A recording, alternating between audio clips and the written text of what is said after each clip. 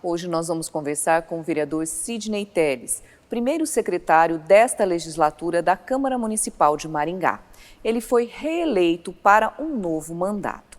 Vereador, vamos começar com um pequeno balanço desse seu primeiro mandato que terminou no final de 2020. É uma alegria grande estar podendo compartilhar o nosso trabalho. A pandemia, que acabou ocupando o último ano do mandato, trouxe muitas distorções entre as necessidades da população e o trabalho parlamentar. Eu, inclusive, faço uma reclamação bastante grande de que o decreto do presidente da República, que possibilitou os prefeitos a decidirem tudo por decreto, enfraqueceu muito a participação da Câmara de Vereadores, do Legislativo. A gente certamente buscou defender os diversos setores, conversar, dialogar, procurar soluções, mas sempre de forma de participar do diálogo e não efetivamente da função da Casa Legislativa. A gente entende que o momento fez com que o presidente e todos os países do mundo ficassem sem saber o que fazer, o que vai acontecer, vai morrer milhares de pessoas, não vai morrer, essa pandemia vai crescer de que maneira, ninguém sabia absolutamente nada, tanto que os primeiros pressupostos foram derrubados. Nos 3 anos antes da pandemia, eu tive um mandato muito intenso, fui o vereador que mais participou de conselhos, e a administração pública hoje ela é balizada pelos diversos conselhos com a participação popular. Então eu fui membro do Conselho de Administração do aeroporto, tivemos a pista do aeroporto que vai tornar o nosso aeroporto o maior aeroporto do Paraná e um dos mais importantes pontos aeroviários da América do Sul, podendo atingir todo o Mercosul. Fui membro do Conselho de Administração, participei de tudo isso, todas essas lutas e essas conquistas. Fui membro do Conselho de Gestão Territorial, que está revisando o plano diretor. Temos a oportunidade de fazer um dos mais modernos planos diretores do Brasil. E isso vai fazer Maringá ser mais moderna, mais planejada, e muito mais gente vai poder ver a diferença entre uma cidade que se planeja e uma cidade que é feita resolvendo e apagando o incêndio. Aliás, esse é o meu grande questionamento para todas as ações públicas. Quem trabalha para apagar incêndio só resolve problemas urgentes e nunca parará de ter problemas urgentes. Quem trabalha para resolver problemas planejados evita que as urgências estejam todo dia batendo na sua porta. Então, pude fazer várias prestações de conta nesse sentido, projetos que atendeu muito o urbanismo, os arquitetos, a engenharia e a construção. Afinal, é a minha profissão. Então, a gente tinha uma visão e fazia mais de 20 anos que a Câmara não tinha nenhum profissional de engenharia na Câmara. Então, isso fez muita diferença, inclusive para poder ajudar os vereadores a compreenderem os projetos que eram de difícil compreensão. Também a minha formação na área de planejamento me ajudou a cuidar dos números. Então, fiquei um bom tempo como presidente da Comissão de Finanças e a Comissão de Finanças passou, de fato, a exercer seu papel de avaliar, de analisar contas, de analisar se determinado projeto tinha um impacto, ia causar que situação a médio e longo prazo, e cobrar. Imagina que até quando eu assumi, o secretário de Fazenda entregava o relatório na hora da audiência. Prestação de contas. Aí, de tanto a gente fazer as críticas, passou a enviar uma semana antes. A gente pode olhar, pode criticar, pode dizer que determinado número precisa ser melhor cuidado, ou que a forma com que ele é levantado a gente discorda. Então, essa minha ação para a cidade toda foi muito importante. Agora, a gente tem uma visão de que nós precisamos dar um passo a mais, fazer a cidade ficar perto das pessoas. Até porque os problemas de mobilidade ficaram mais graves. E aí vale a pena dizer, todas as CPIs que a Casa abriu, eu só não participei de uma, porque ela era concomitante à do terminal intermodal. Todas as que participei, eu fui ou relator ou presidente, e em todas elas a gente obteve bom resultado para a população, com um acolhimento parcial ou integral por parte ou do Tribunal de Contas, ou da própria Prefeitura tomando medidas, ou do Ministério Público. Então, fico muito contente de ter me envolvido ativamente na transformação da cidade. E eu acho que o povo acabou reconhecendo isso e me dando a oportunidade de estar com mais um mandato. E agora, né, nesses próximos 4 anos, né, nos últimos 4 você era primeiro secretário da Câmara, você voltou também para a primeira secretaria, né, participa da mesa executiva da Câmara, e agora temos mais 4 anos. Esse primeiro ano ainda estamos nessa condição da pandemia, ainda enfrentando essas dificuldades, mas apesar disso, quais são os seus projetos, né, as suas ideias para esses próximos, pelo menos para esse próximo ano? Nem vamos falar em 4 anos, porque, né, temos muita coisa ainda. Mas para esse primeiro ano, quais as suas expectativas, as suas propostas, a sua ideia de trabalho?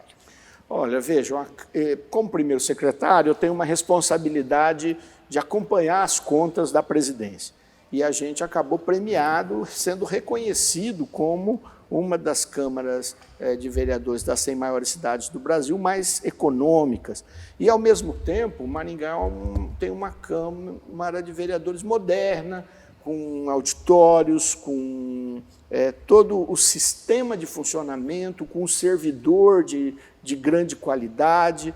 Então, poder estar exercendo essa função de cuidar de um poder na parte administrativa é um desafio, e esse ano a gente quer poder fazer mais. Veja que no final do ano passado a Câmara acabou entregando uma parte do dinheiro que ela poderia usar para financiar a juros zero pequenos empresários. Agora cabe à Prefeitura fazer isso. No ano anterior, nós entregamos para ser investido em centros comunitários modernos, não aquele barracãozinho que a gente viu durante muito tempo. Então, a Câmara contribuindo também com a sua economia. Penso que nós temos que trabalhar com 2 pilares neste ano. O primeiro é de transparência.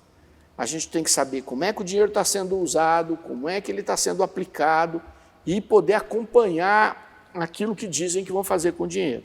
E aí você começa a cuidar da transparência desde as vacinas, se de fato elas têm atingido o seu objetivo e cumprido sem fura-filas, não é? Isso me preocupou muito. A transparência dos investimentos. Eu perguntei na final da gestão passada para o presidente da Comissão de Finanças se ele tinha olhado se a reforma administrativa que ia valer para essa gestão, de fato, gastava o mesmo valor que gastava a organização anterior. E ele disse que sim. E agora a Justiça está perguntando como, não está enxergando. Então vai ter que ser refeito ou reexplicado. Então cabe para a gente esse cuidado, essa atenção. Para isso é preciso diminuir a quantidade de projetos em regime de urgência, porque senão eles vêm para casa e aí você não tem como, você tem que votar. Às vezes o projeto é muito bom, e você vai votar favorável, mas ele não tinha a estrutura e a análise necessária. E aí você depois fica com leis não tão boas para poder executar. A segunda é fazer com que os serviços públicos fiquem mais perto da vida das pessoas. Não dá para imaginar que uma cidade que cresceu com 460 mil habitantes e que tem várias cidades conurbadas a Maringá, tenha que fazer todo mundo passar pelo centro, tem que fazer todo mundo vir no centro, tem que fazer todas as coisas estar no centro. Mesmo que você mude o centro cívico inteiro, lá para Gastão Vidigal, onde era o antigo aeroporto, mesmo assim vai continuar todo mundo tendo que fazer esse deslocamento. Então isso precisa mudar, a gente sabe que a cidade precisa começar a ficar perto das pessoas. Se tiver que criar subprefeituras, vamos criar subprefeituras. As pessoas têm administradores nos distritos que são muito menores do que alguns bairros da cidade.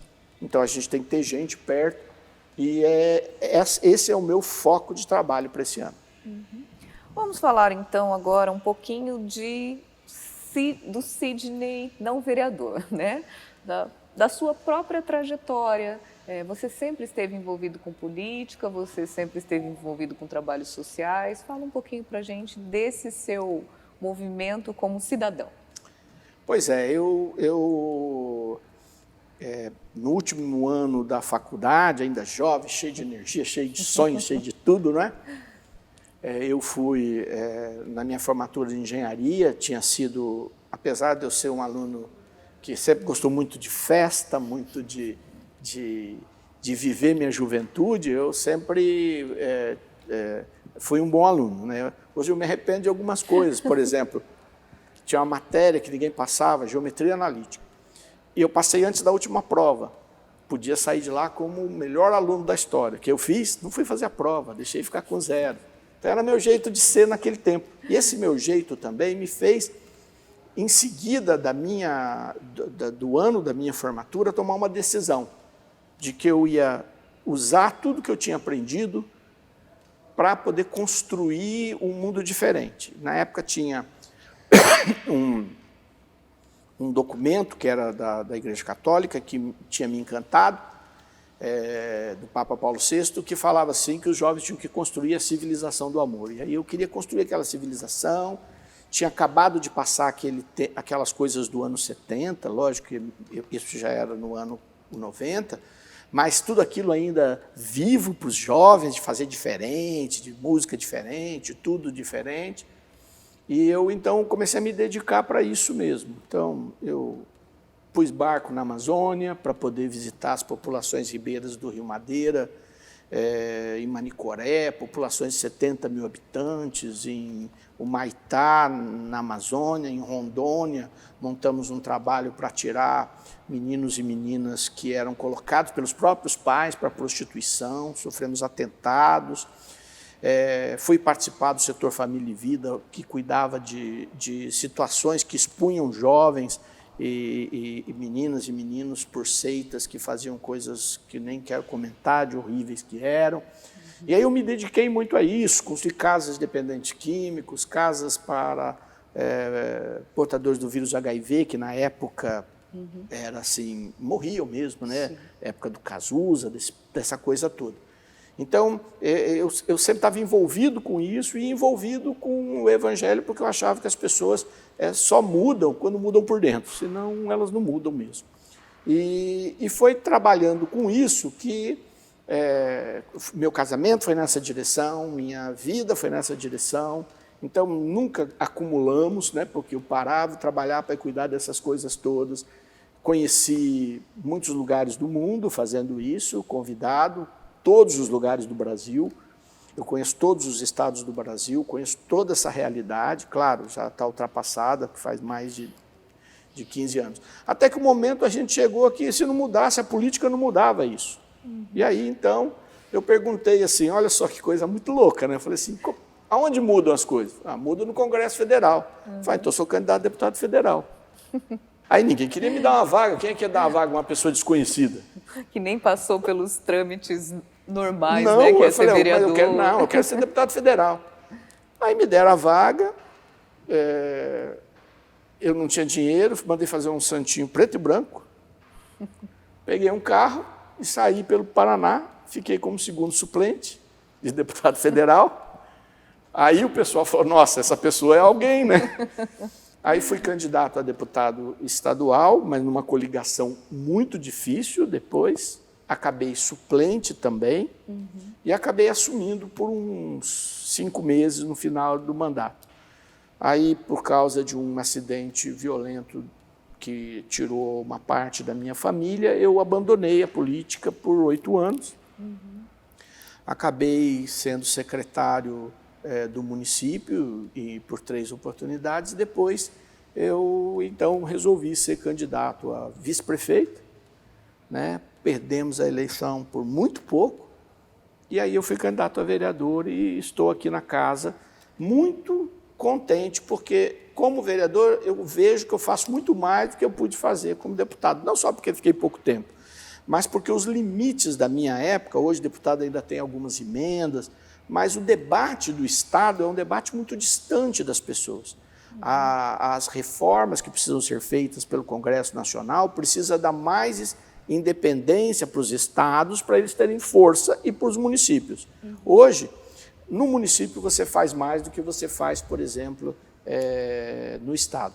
Lógico que o melhor caminho ainda é ser deputado federal, mas nesse momento eu quero me dedicar para a minha cidade, que é uma cidade que eu amo, que eu nasci nela, que eu tenho paixão por Maringá, tenho paixão por pessoas. Essa é uma outra coisa. Eu tenho o maior valor para com a causa animal, para com tudo isso. Para mim é muito rico, eu gosto mesmo, sempre tive, mas para mim eu sou aquele que ama o ser humano. Com todas essas coisas que o ser humano tem, suas competições, suas invejas, suas maldades, mas eu gosto de gente. Eu gosto de gente. Tá certo, vereador. Muito obrigada pela sua participação. Bom trabalho, porque eu acho que sorte tem a ver com dedicação e trabalho. Também. Então, bom trabalho nesses Obrigado. 4 anos. Essa e outras entrevistas você confere no nosso canal TV Câmara Maringá no YouTube e também no nosso endereço no Facebook.